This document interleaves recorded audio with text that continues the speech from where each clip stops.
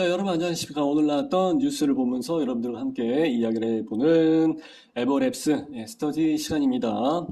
자, 본청약이 밀린 사이 연기가 다 돼버렸죠. 이게 제대로 되겠냐고, 그죠? 그러더니만 그 사이에 갑자기 공공분양가가 최대 8,700만 원씩이나 해서 쫙 올라가 버렸다고 합니다. 하필이면 재수없게 원자재 값이랑 인건비가 쫙쫙 올라가 버린 바람에 참 문제가 좀 많이 생겼었죠. 원래 사전청약이라는 것 자체가 조금 정치적인 함수가 많이 들어가 있는 그런 상황이었었죠. 왜냐하면은 사전청약 말 그대로 땡겨 쓴 거예요. 잘라 먹고 땡겨 쓰고. 그게 뭐예요? 땡겨 쓴다는 얘기는 결국은 조삼모사 만들어 버린 거죠. 조삼모사 만들어 버리면서 앞으로 공급 나올 거 많이 있으니까 걱정하지 말고 여기다 미리 청약을 해. 미리 청약을 하라고 해서 이야기를 해서 청약을 했는데 본청약이 안 되고 있어. 22년에 본청약이 들어갔어야 되는데 계속해서 밀리고 하다 보니까 지금 24년도 8월인데도 불구하고 안 돼. 그러다가 몇 개 사업장은 지금 이미 3개 정도의 사업장은 포기해버렸었죠. 우리 라이브 방송 할 때도 말씀을 드렸습니다만은 280억 날리는 한이 있더라도 나 이거 그냥 못할 것 같아요. 오죽했으면은 시공사가 안 해버리겠다고 이야기를 하냐고요. 시행도 마찬가지고. 그러다 보니까 차라리 안 하는 게 낫다. 원자재 값이 너무 많이 올라가 버리고 하다 보니까 안 하는 게 나은 상황이 되어 버리고, 그러다 보니까 본청약이 계속 밀리기 마련이고, 밀리면 밀릴수록 계속해서 금액은 더 올라갈 수밖에 없죠. 인건비가 내려가요, 올라가지. 원자재 가격도 더 올라갔으면 더 올라갔지 내려가는 상황이 아니거든요, 지금. 그러다 보니까 이게 참 어렵게 문제가 돼버렸습니다. 그래서 최대 8천만 원이나 차이가 나는 것으로 해서 집계가 됐다. 8천만 원 뿐이야, 그죠? 6억 8천에 분양을 할 거라고 해서 이제 추정가였습니다만 그 당시에. 근데 지금은 7억 7천으로 해서 거의 뭐 1억 가까이 올라가 버리고 13개 공공분양을 했는데 그 중에서 이제 13개 단지가 이만큼의 뭐 12.7%, 뭐 8,900만 원, 뭐 6천만 원, 7천만 원 정도에서 차이가 난다고 합니다. 9월 달에, 22년도 9월 달에 재작년 이맘때죠. 그때 이루어질 예정이었습니다만은 그렇게 이루어지지 않고 올해 1월 달에 본청약이 이루어졌는데 그러면 한 2년 반 정도 미뤄졌지. 그러면서 분양가가 6,145만 원, 11% 올라갔다고 합니다.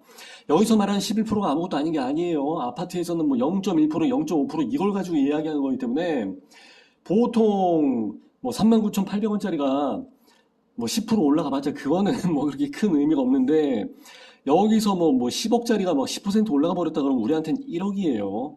감당할 수 있는 그 금액이 아니죠. 그 와중에 물론 또 내려간 데가 있기는 있어. 희한하게도. 자, 사전청약은 21년 7월 달에 주택의 수요 분산을 위해서 도입이 됐는데 계속해서 미뤄지면서 본청약이 예정대로 진행이 되지 못하는 문제가 계속 반복해서 발생하고 있다. 그래서 99개 단지 5만 2천 가구. 본청약이 완료가 된 것은 13개밖에 되지 않습니다. 그러니까 99개 중에서 13개밖에 되질 않아. 그러면 안 되는 정책을 가지고 이미 내비쳤었다는 거야. 이미 안 되는 거 가지고.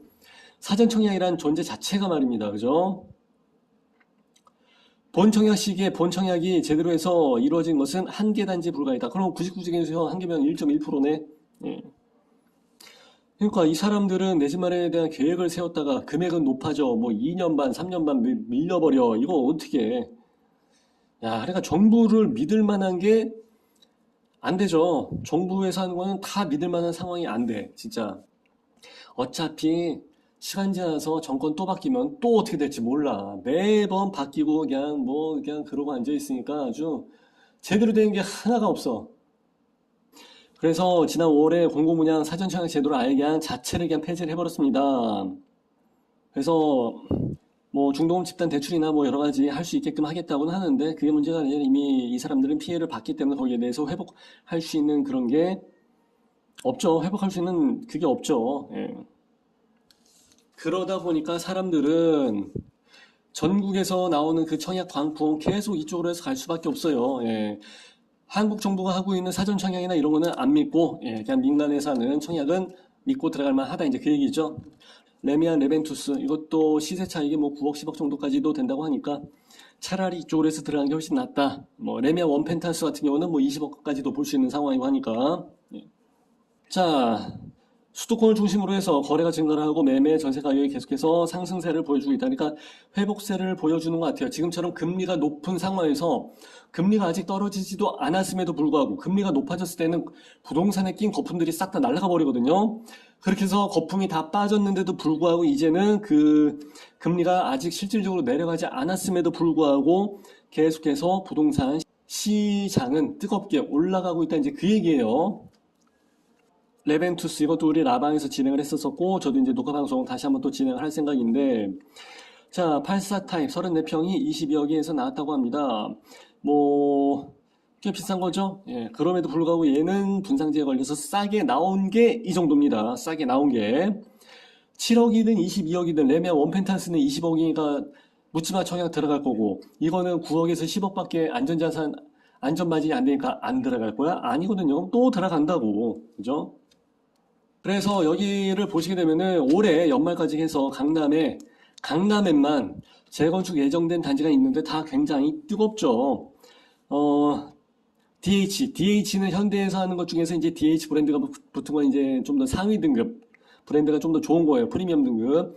에델루이가 이것도 이제 나올 예정이고 청담 리엘 이것도 뭐 계속 하고 있는 거니까.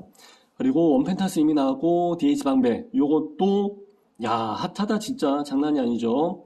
원 페룰라도 이제 조금 있으면 나올 거고요. 방배 6구요. 그리고 레미안 아이파크 잠실 진주 이건 이제 재건축한 거죠. 예, 그리고 미성 크로바 잠실 리엘도 마찬가지고 그러니까 송파구에 있는 그 잠실 1, 2, 3단지랑 그 옆에 있는 것들이랑 다 어차피 재건축 들어가야 된다고.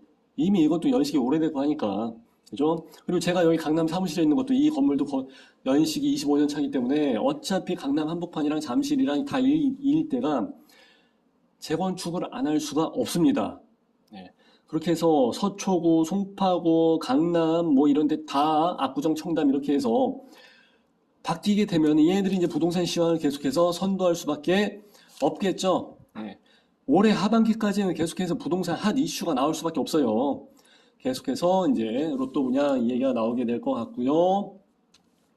청약 문턱, 그러니까 청약에 대한 상담은 계속해서 이루어지게 될 것 같고요. 그들만의 리그, 그들만의 잔치 이 얘기는 항상 나오는 얘기입니다. 예. 그러니까 어떻게 보면 사람들이 막 미친 듯이 막 청약을 하고 하니까 이해는 해요. 이해는 하는데 저는 그래도 조금 이제 고급 상담이라기보다는 이제 프리미엄급 상담을 받아서 진행을 하는데 왜냐면 맞춤형으로 가야죠. 본인에게 맞는 그 주거 환경이랑 부동산 상황이 모든 사람에게 다 똑같지는 않거든요. 그래서 이걸 이제 그 개인에게 특성화시켜서 맞춤형으로 갈 수밖에 없는데 여기다 전화해서 뭐 분양가가 얼마예요? 저 여기 청약해도 돼요? 뭐 평면도는 어떻게 나와 있어요?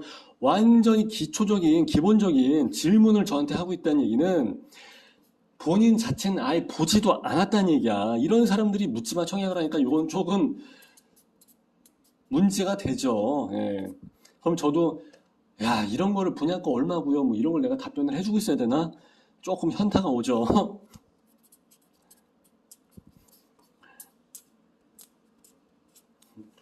그래서 될 수 있으면은 요번에 뜨겁게 진행이 되는 청약 시장에 대해서 여러분들의 관심을 좀 많이 가지시고 총알도 미리 좀 준비 좀 하시고 총알이 없으면은 말씀을 하시고 다 방법이 있으니까 예. 그래서 본인에게 딱 맞는 맞춤형 청약할 수 있도록 공부도 좀 많이 하시고 이렇게 해서 내 집 마련 계속해서 신경을 쓰시고 공부를 하시는 분이 스터디반 들어와서 공부를 하시는 분이 아무래도 내 집 마련이 빠르죠. 그래서 경제적인 독립과 경제적인 자유를 맞이하는 시기가 조금 더 남들보다는 10년 정도는 좀 더 빠릅니다. 아무래도 무주택자가 야, 내 집 마련해야 되는데 또 이사 가야 돼, 또 쫓겨나 이 걱정하는 것보다는 있는 사람이 아, 세금 참 많이 때리네 이 걱정하는 게 차라리 낫죠. 이렇게 해서 오늘도 공부를 마무리하도록 하겠습니다. 감사합니다. 빠이빠이.